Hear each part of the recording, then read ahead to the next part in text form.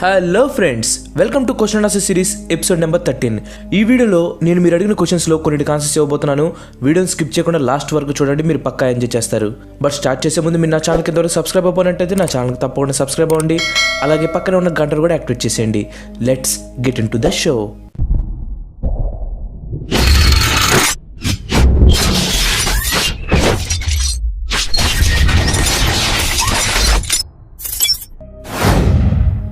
నవీన్ అడిగిన question, no shave November అనే concept ఎలా వచ్చింది? అందరికీ కాకపోయినా గడ్డం ఉన్న వాళ్ళకి లేదా సోషల్ మీడియాని రెగ్యులర్గా ఫాలో అయ్యే వాళ్ళకి నో షేవ్ నవంబర్ గురించి తెలిసే ఉంటుంది. కానీ చాలామంది ఇదేదో ట్రెండ్ అనుకుని నవంబర్ రాగానే గడ్డం వచ్చినా రాకపోయినా తెగ స్టేటస్లు పెడుతూ ఉంటారు. అందరూ కాదు, కొంతమంది. అసలు ఈ నో షేవ్ నవంబర్ ఏంటి, దీనికి కారణం ఏంటి, అసలు ఇదంతా ఎక్కడ మొదలైందో ఇప్పుడు చూద్దాం. 2007 నవంబర్ హిల్ ఫ్యామిలీ మెథ్యూ హిల్ని కోల్పోయింది. మెథ్యూ హిల్ ఒక caring father and loving husband. Matthew హిల్కి 8 మంది పిల్లలు. ఇతను క్యాన్సర్తో 2007 నవంబర్లో చనిపోయాడు. వాళ్ళ ఫాదర్ జ్ఞాపకార్థంగా ఏదో ఒకటి చేయాలని మెథ్యూ పిల్లలు హిల్ ఫ్యామిలీలో ఉన్న వాళ్ళందరినీ, వాళ్ళ ఫ్రెండ్స్ని ప్రతి నవంబర్లో షేవ్ చేసుకోకుండా, అసలు సలూన్కే వెళ్లకుండా ఆ మంత్ మొత్తం సలూన్కి అయ్యే మనీని సేవ్ చేసి క్యాన్సర్ పేషెంట్స్కి డొనేట్ చేయాలని రిక్వెస్ట్ చేశారు. అలా షేవ్ చేసుకోకుండా ఎందుకు, మామూలుగానే డొనేట్ చేయొచ్చుగా అని అడిగిన క్వశ్చన్కి మెథ్యూ కొడుకు క్రిస్టియన్ హిల్ ఇలా సమాధానం చెప్పాడు. చాలా మంది క్యాన్సర్ పేషెంట్స్ కీమోథెరపీ అప్పుడు వాళ్ళ హెయిర్ని పోగొట్టుకుంటారు. సో వాళ్ళు పోగొట్టుకున్న హెయిర్కి బదులుగా మేము హెయిర్ గ్రో చేస్తున్నాం అని చెప్పాడు. ఫ్యామిలీ అండ్ ఫ్రెండ్స్ మధ్య స్టార్ట్ అయిన ఈ చిన్న ఫండ్ రైజర్ అలా అందరికీ తెలిసి ఇప్పుడు వరల్డ్ మొత్తం ఈ ట్రెడిషన్ ని పాటిస్తుంది. పెంచడం అంటే ఏదో మీసాలు గడ్డలు పెంచడం కాదు. నవంబర్ మంత్ సలూన్ ఖర్చు మొత్తం నో షేవ్ నవంబర్ వెబ్సైట్ కి డొనేట్ చేస్తారు. హాలీవుడ్ లో పెద్ద పెద్ద స్టార్స్ ఈ నో షేవ్ నవంబర్ ని పాటిస్తూ చాలా ఎక్కువ మొత్తాన్ని డొనేట్ చేస్తూ ఉంటారు. సాయి లోకేష్ అడిగిన క్వశ్చన్, క్రికెట్లో స్వింగ్కి కట్టర్కి తేడా ఏంటి? చాలా మంది క్రికెట్ అంటే అయితే ఫాస్ట్ బౌలింగ్ లేదా స్పిన్ బౌలింగ్ అనుకుంటారు. కానీ క్రికెట్ బాగా తెలిసిన వాళ్ళకి తెలుసు, బౌలింగ్లో చాలా వేరియేషన్స్ ఉంటాయని. ఇప్పుడు అవన్నీ చెప్పుకుంటూ పోతే టైం సరిపోదు. సో అడిగిన క్వశ్చన్కి సింపుల్గా ఆన్సర్ చేస్తాను, చూడండి. ఫస్ట్ స్వింగ్ అంటే ఏంటో చూద్దాం. స్వింగ్ బౌలింగ్ మెయిన్ ఎయిమ్ బాల్ని ఎయిర్లో మూవ్ చేయడం. బౌలర్స్ కొత్త బాల్తో స్వింగ్ ని బాగా రాబట్టగలరు. కొత్త బాల్కి ఒక సైడ్ ని బౌలింగ్ టీం బాగా షేన్ చేస్తారు. మీరు చూసే ఉంటారు, షర్టుతో లేదా తొడ దగ్గర బాల్ ని తెగ రుద్దుతూ ఉంటారు. ఇలా చేసేది వాళ్ళకి దురద పుట్టి కాదు, బాల్ ఒక సైడ్ షేన్ చేసి ఇంకొక సైడ్ ని రఫ్ గా ఉంచడానికి. ఇలా చేస్తే బాల్ మీద ఎయిర్ ఫ్లో రఫ్ సైడ్ మీద ఒకలాగా, షైనీ సైడ్ మీద ఇంకొకలాగా ఉంటుంది. ఈ డిఫరెన్స్ వల్ల బాల్ స్వింగ్ అవుతుంది.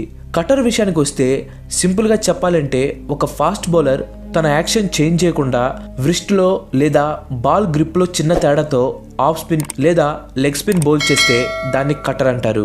కటర్ ఎక్కువగా ఓల్డ్ బాల్ తో బౌల్ చేస్తారు, ఎందుకంటే గ్రిప్ కాస్త బాగా ఉంటుంది కాబట్టి. క్వశ్చన్ ఆన్సర్ సిరీస్ కి తగ్గట్టు ఆన్సర్ చేశాను. కానీ స్వింగ్ బౌలింగ్ లో ఎన్ని రకాలు ఉంటాయి, అసలు బౌలింగ్ లో ఎన్ని రకాలు ఉంటాయి, స్వింగ్ బౌలింగ్ కి ఫిజిక్స్ కి లింక్ ఏంటి, ఇవన్నీ సపరేట్ గా క్రికెట్ వీడియోలో చేస్తాను. రాజ్వర్ధన్ అడిగిన క్వశ్చన్, యూట్యూబ్ లో ఫస్ట్ 1 మిలియన్ సబ్స్క్రైబర్స్ వచ్చిన ఛానల్ ఏది?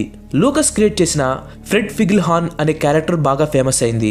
లూకస్ వాళ్ళ కజిన్స్ అయిన జేన్ అండ్ కేటీతో కలిసి JKL ప్రొడక్షన్స్ అనే ఛానల్ ని స్టార్ట్ చేశాడు. దాంట్లో ఫ్రెడ్ ఫిగిల్హాన్ అనే వీడియో సిరీస్ ని స్టార్ట్ చేశాడు. ఈ సిరీస్ బాగా హిట్ అయింది. తర్వాత లూకస్ JKL నుండి విడిపోయి ఫ్రెడ్ ఛానల్ ని స్టార్ట్ చేశాడు. ఏప్రిల్ 2009 కి యూట్యూబ్ లో ఫస్ట్ టైం ఒక ఛానల్ కి 1 మిలియన్ సబ్స్క్రైబర్స్ వచ్చారు. అదే ఫ్రెడ్ ఛానల్. వేణు అడిగిన క్వశ్చన్, కోల్డ్ వచ్చినప్పుడు నోస్ ఎందుకు బ్లాక్ అవుతుంది అండ్ దానికి సొల్యూషన్ ఉందా? మనకి బాగా జలుబు చేసినప్పుడు నోస్ బ్లాక్ అయిపోతుంది, ఊపిరి కూడా సరిగ్గా ఆడదు. అలా ఎందుకు జరుగుతుందో ఇప్పుడు చూద్దాం. మన ముక్కులో నాజల్ పాసేజెస్ కి మ్యూకస్ మెంబ్రెన్స్ ఉంటాయి. ఈ మెంబ్రెన్స్ మ్యూకస్ ని ప్రొడ్యూస్ చేస్తాయి. అవి అలా మ్యూకస్ ని రిలీజ్ చేయడం వల్ల నాజల్ పాసేజెస్ క్లియర్ గా ఉంటాయి.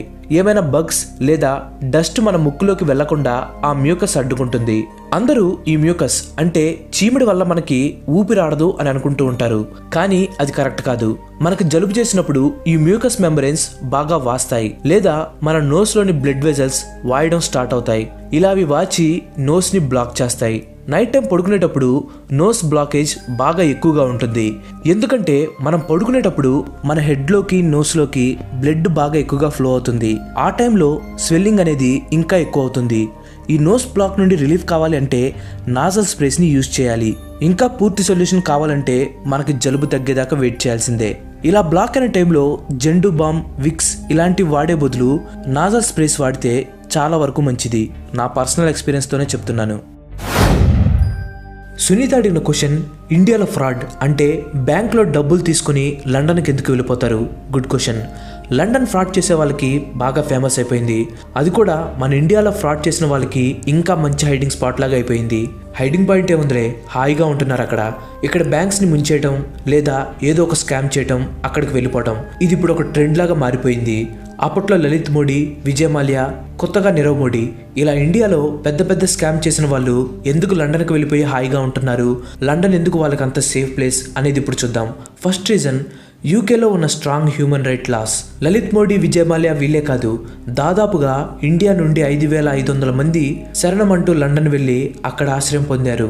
అఫ్ కోర్స్ ఆ 5,500 మంది క్రిమినల్స్ కాదు, అందులో కొంతమంది క్రిమినల్స్, కొంతమందికి వేరే రీజన్స్ ఉన్నాయి.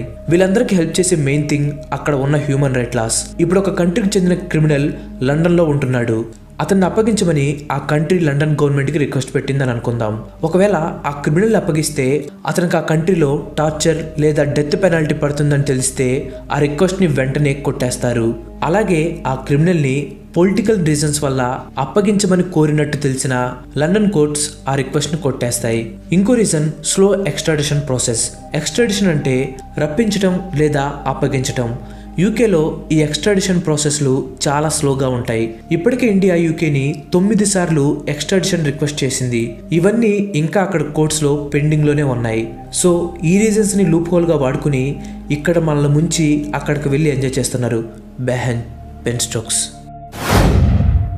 స్వప్న అడిగిన క్వశ్చన్, అడల్ట్ సైట్స్కి, పైరసీ మూవీ సైట్స్కి మనీ ఎలా వస్తుంది అండ్ వాటిని ఎందుకు బ్యాన్ చేయలేరు? ఫస్ట్ మనీ ఎలా వస్తుందో చూద్దాం. బేసిక్గా అడల్ట్ సైట్స్లో లీగల్ అండ్ ఇల్లీగల్ సైట్స్ ఉంటాయి. లీగల్ వాటికైతే మీరు పక్కాగా మీ క్రెడిట్ కార్డ్ డీటెయిల్స్ని ప్రొవైడ్ చేసి మెంబర్షిప్ తీసుకుంటేనే ఆ సైట్లో ఉన్న వీడియోస్ని చూడగలరు, లేదంటే వాటిని చూడలేరు. సో ఈ లీగల్ సైట్స్కి మనీ సబ్స్క్రైబర్స్ ద్వారా వెళ్తుంది. అండ్ ఇల్లీగల్ సైట్స్కి వచ్చేసి గవర్నమెంట్ ఏ యాడ్స్ని అయితే బ్యాన్ చేస్తుందో ఆ యాడ్స్ అన్ని ఇలాంటి ఇల్లీగల్ సైట్స్లో వేస్తారు.